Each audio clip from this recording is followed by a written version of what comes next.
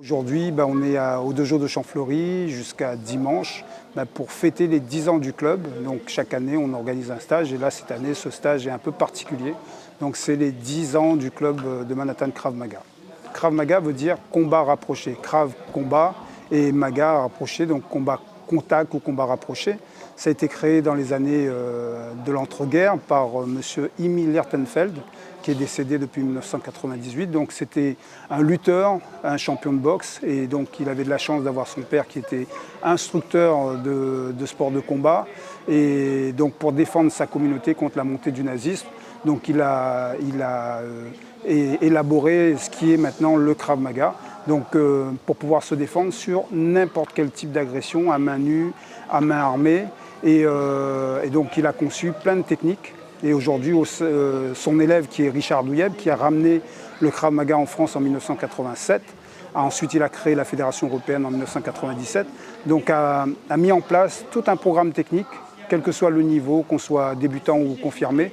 Il y a un panel technique et donc toute l'année on dispense ces techniques aux élèves. Et le Krav Maga, c'est avant tout une seule défense. Mais ça peut être un sport de combat comme ça peut être un art martial. Quand on parle d'art martial, c'est comme si lorsqu'on prenait son petit déjeuner tous les matins, donc ça fait partie de notre vie. Donc c'est notre philosophie de vie. Tous les jours, on fait du Krav Maga. Donc celui qui va faire tous les jours et qui va penser que Krav Maga, il sera dans l'art martial. Il va s'entraîner tous les jours. Celui qui va venir 2 ou 3 fois en cours, ça restera une seule défense. Celui qui va venir un petit peu plus et va commencer à faire de la pratique sportive, il sera dans le sport de combat. Donc tout dépend vraiment de son engagement dans cette discipline. Le Krav Maga est comment dirais-je, une discipline qui est effectivement assez puissante. Mais ce qui va faire la différence, c'est celui qui la pratique, c'est celui qui va l'enseigner. Donc si on a un prof qui nous enseigne vraiment les bonnes choses, ça reste une self-défense. Et quand on parle de self-défense, il faut qu'il y ait une attaque en face. S'il n'y a pas d'attaque, il n'y a pas de self-défense. Si nous, on va agresser la personne, on n'est plus dans la légitime défense. Donc le Krav Maga en lui-même, il est magnifique. C'est un excellent outil pour regagner en confiance, mais aussi pour se dire, moi personnellement, j'ai fait d'autres sports de combat, du karaté, de la boxe, mais quand j'ai découvert le Krav Maga il y a 23 ans de ça, pour moi c'est ce qui est adapté à la rue. La personne, on a un sac, on peut se protéger avec son sac, on a un téléphone, on peut frapper avec le téléphone. Donc toutes ces choses-là nous sont apprises aussi, et pas uniquement se parer un coup de poing, un coup de pied ou quelqu'un qui est armé d'un couteau, sachant que quelqu'un qui est armé d'un couteau ou d'une arme à feu, c'est très très difficile. Mais si on a 1% de chance de s'en sortir, donc on l'a bien travaillé en cours, ce jour-là on va le sortir. Au sein de mon club, on est 140 adhérents. Après, il y a 4 clubs dans l'île, à Brapanon, KMBP, à l'Étang Salé avec MyKM 427 et à Saint-Pierre-Tampon, Krav Maga Sud. Donc on est 4 clubs affiliés à la Fédération européenne de Krav Maga et environ 400 licenciés sur l'île. Depuis que moi j'ai créé l'association en 2014 en métropole, mais comme je travaillais dans une brigade de mœurs, et donc en discutant avec des psychologues, je me suis dit pourquoi pas, une fois que la personne, surtout les femmes victimes de violences, si au niveau psychologique elles sont déjà bien solides, bien retrouvé un petit peu leur sens, pourquoi pas apporter le sport et donc le Krav Maga pour leur apprendre à se défendre. Je le dis et plein de gens le répètent, on ne peut pas mettre un flic derrière chaque femme ou chaque personne.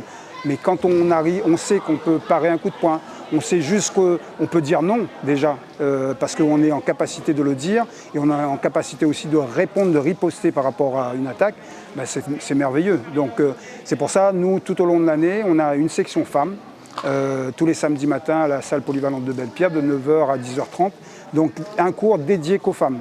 Mais il ne faut pas non plus que les femmes restent dans ce cours-là. L'idée, c'est qu'elles mettent le pied à l'étrier pour ensuite partir vers les cours mixtes. C'est là où elles auront les confrontations. Moi, je représente le bourreau des femmes parce que je suis un homme. Et généralement, il y a plus de violences faites des femmes que d'hommes, malgré qu'on a un pourcentage.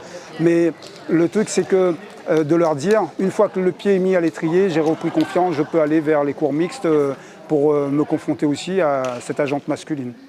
Venez essayer, venez prendre la température, venez voir si ce que je leur montre, ce n'est pas du pipeau. Parce que souvent, on a plein de profs qui se disent profs de Krav Maga, ils ont fait 2 jours de Krav Maga et ils vont dire qu'ils font du Krav Maga parce qu'aujourd'hui, le Krav Maga est en vogue. Mais moi, je peux me permettre de faire l'apologie de la Fédération européenne de Krav Maga. Il y a d'autres fédérations qui sont bien aussi, hein, mais Richard Douyeb il est resté le plus proche possible de ce que le fondateur lui a présenté. Et tous nos élèves sont obligés d'attendre 1 an pour pouvoir passer, être examinés et voir un petit peu ce qu'ils ont acquis. Et alors que dans certaines fédérations, au bout d'1 semaine, on est ceinture bleue, on est ceinture noire. Donc on envoie un petit peu de la poudre aux yeux aux gens. Et vous voyez, dans le cours, vous avez des femmes, vous avez des hommes costauds, et dans certains cours, vous n'aurez pas tout ce public-là. Et pour finir, peut-être, le Krav Maga, quelle que soit notre capacité physique, même pour les personnes déficientes sensorielles, visuelles, avec un handicap, nous on a des gens dans notre club qui ont par exemple une prothèse, qui au départ se sont posé la question est-ce que je peux venir faire du Krav Maga? Les techniques, on les adapte par rapport à leur morphologie et à leur handicap. L'association Manhattan Krav Maga a été créée il y a une dizaine d'années avec mon mari. L'idée était au départ de monter un certain nombre d'ateliers en faveur des femmes, tout au départ, puisque en l'occurrence le président actuel de l'association intervenait sur ce champ-là d'un point de vue professionnel et il voyait bien que l'action d'accompagnement des professionnels travaillait sur l'aspect psychologique et il manquait quelque chose autour de l'aspect physique. Et lui-même pratiquant, il s'était dit que c'était un bon compromis, un bon outil complémentaire. L'idée m'a séduite, puisque je me suis dit que si on avait l'occasion de proposer aux femmes des clés, des réponses, des outils, des choses assez simples, et c'est ça qui m'a plu lorsque j'ai démarré la discipline, c'est qu'on apprend des techniques assez simples de compréhension. Évidemment, comme tout, il faut pratiquer beaucoup, mais elles sont assez faciles à intégrer et qui peuvent facilement se reproduire lorsqu'on peut se sentir en situation d'agression. Beaucoup de femmes sont déjà revenues nous voir, d'autres qui n'ont pas continué pour plein de raisons, mais qui sont revenues nous voir en disant merci parce que ça leur a donné confiance en elles, ça leur a permis, à défaut de l'utiliser contre un agresseur, de savoir qu'elles étaient capables de le ressortir en cas de besoin. Et rien qu'à l'idée d'avoir ça comme sentiment, reconnaissance, ça change déjà la posture, ça change le regard et elles ont en tout cas eu le courage, oui, de partir et de sortir des griffes de l'agresseur. En 97, donc, des bénévoles du Krav Maga, de la discipline en France métropolitaine, avaient été sensibilisés au contexte en Inde, où un groupe de femmes, la Brigade Rouge, s'était constitué pour sauver les jeunes filles qui se faisaient violer, etc. Donc c'est de là qu'est venue cette fondation-là. Et nous, ça nous paraissait naturel au niveau de l'association locale de poursuivre en tout cas et d'assurer le relais localement sous le couvert de Krav Maga Women Protect. C'est le nom de cette association caritative et qui est rattachée à la fédération. Tout ça pour... quel est le lien entre les deux? C'est que voilà, il y avait sur le plan national un certain nombre d'initiatives qui étaient engagées. Nous, localement, dans notre ville, au départ, on l'avait aussi menée et ça paraissait tout naturel qu'aujourd'hui on travaille ensemble en tout cas. Ce qui ferait peut-être notre force, c'est qu'on invitera toute personne qui ne comprendrait pas, qui voudrait chercher à avoir des explications, de l'inviter à venir. Parce que l'idée, en tout cas, ce n'est pas du tout l'objectif ni de la discipline, ni des valeurs qui accompagnent cette discipline. On n'apprend pas à gens à se battre. On apprend simplement aux gens à se défendre et à dire non. Ce qui veut dire qu'à partir de là, il est aucunement prévu, en tout cas, ce n'est pas du tout dans notre intention, de nourrir l'animosité chez l'autre, de nourrir l'envie de se battre. Au contraire, on essaie autant que possible, en tout cas avec nos outils, c'est d'apprendre à se connaître, d'apprendre à se faire respecter soi, d'apprendre à dialoguer. Le Krav par principe, même si dans sa définition israélienne c'est Krav Maga et combat de rue, un combat rapproché, mais avant de combattre, on va d'abord apprendre à se connaître. Et quand on est en combat ou en conflit avec les autres, c'est que souvent qu'on a un problème de communication. On n'arrive pas à comprendre et on n'arrive pas non plus à se comprendre soi et on ne sait pas pourquoi on réagit comme ça. Mais tout ce travail de découverte de soi, de se rendre compte que voilà, on a des capacités, que notre corps a une flexibilité, qu'on est en capacité de dire non, parce que nous sommes tous des êtres humains sur la Terre, égaux.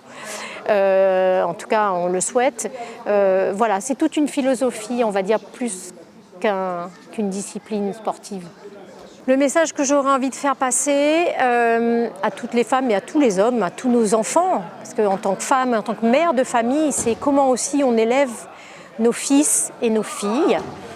Mais j'ai surtout envie de dire, soyons nous-mêmes, acceptons d'être différents.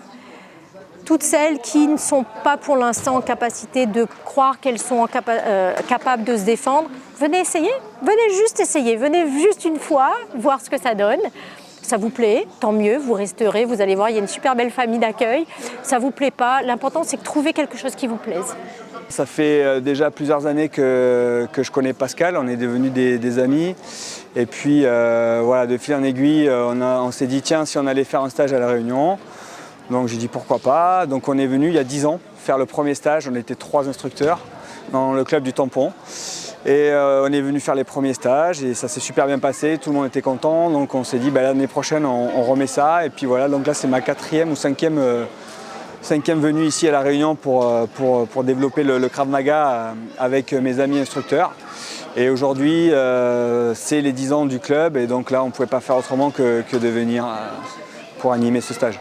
Il y a une progression énorme. Nous, quand on est arrivé, voilà, on avait des débutants en face de nous. On avait des ceintures, je crois, orange maximum. Et on a vu au fil des ans, au fil des stages, au fil des années, les élèves progresser. On les a vus arriver à Paris, débarquer pour passer des ceintures noires.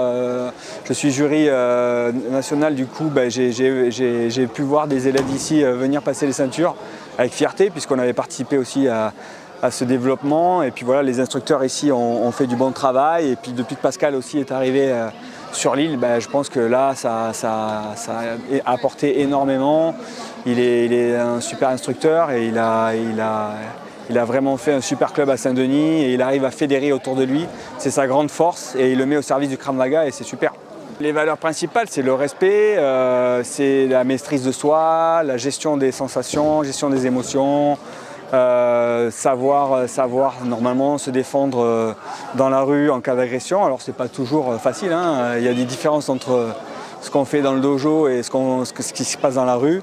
Mais la prise de confiance, c'est vraiment l'objet principal de cette discipline, c'est prendre confiance en soi, savoir qu'on a des capacités, même avec de faibles moyens pour certains qui n'ont pas forcément de prédisposition au sport de combat, être la souplesse et choses comme ça.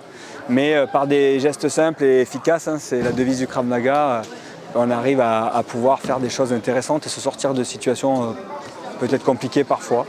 Bon vent à ce club, j'espère qu'on pourra revenir assez régulièrement, même si on est loin et que ça coûte cher de venir, etc. Voilà, j'espère que le club de Pascal va continuer à se développer, que l'amitié qui perdure avec nous depuis des années va se poursuivre. C'est quand même ça l'essentiel, au-delà du Krav Maga. Je suis née d'Ijoux, donc mon père est originaire de La Réunion. J'ai vécu ici, voilà, je me suis mariée ici. Mon premier garçon est né ici. J'ai découvert le Krav Maga grâce à Pascal et Isabelle. Sur un cours femmes initialement et ensuite j'ai intégré les cours mixtes et puis quand Pascal est parti pour La Réunion, j'ai repris un peu la place de Isabelle au sein du bureau du club comme secrétaire. Et puis ensuite à Savigny on a dû créer notre propre club, donc voilà, mais toujours en relation avec ce que faisait Pascal ici, on le suit de loin, donc c'était important pour moi d'être là pour les 10 ans, d'être au pays, profiter pour voir la famille, mais de pratiquer cette passion ici, avec tous les Réunionnais, avec Pascal, avec Isabelle. C'était important, on était à l'origine du club. Aujourd'hui, c'est 10 ans, donc c'est très important. J'y suis venue un peu par hasard, je pense que j'avais commencé à entendre un petit peu Krav Maga, un peu de lecture là-dessus, des choses comme ça. Et vraiment ce qui m'a fait venir au Krav initialement, c'était le cours femmes. C'était de me dire que j'étais pas là pour combattre des hommes ou des choses comme ça. Bon, finalement, je pense que j'ai une âme de garçon manquée et que j'y suis allée quand même. Et aujourd'hui, j'initie moi un cours femmes. Depuis l'année dernière, on a ouvert le cours femmes sur Savigny-le-Temple. c'est important. C'est important de développer ça auprès des femmes, vraiment. On n'est pas là pour être ceinture noire ou choses comme ça. Au-delà de ça, si on peut apporter un petit peu de confiance en soi à certaines femmes qui vivent des choses horribles au quotidien, non, c'est important. C'est important aujourd'hui, tout ce qu'on entend aujourd'hui, le nombre de féminicides qu'il y a. Non, si aujourd'hui une femme, elle peut se libérer d'une étreinte, d'une tentative de viol, on aura tout gagné. J'invite les femmes à venir découvrir le Krav Maga, que ce soit les jeunes filles, les jeunes femmes, les femmes plus âgées, parce qu'on oublie aussi souvent cette tranche d'âge qui sont souvent agressées, à venir regarder ce qu'est le Krav. On s'imagine qu'il faut boxer, qu'il faut... Non, il n'y a pas que ça, il y a toute une philosophie derrière, d'être rapide, efficace, d'être alerte, marcher la tête haute, le regard droit, voilà, avoir confiance en soi. Et c'est déjà un premier travail. Et ici, beaucoup de formateurs sont là pour écouter les femmes et pour les accompagner dans un processus de changement et les amener sur un changement de vie, on espère.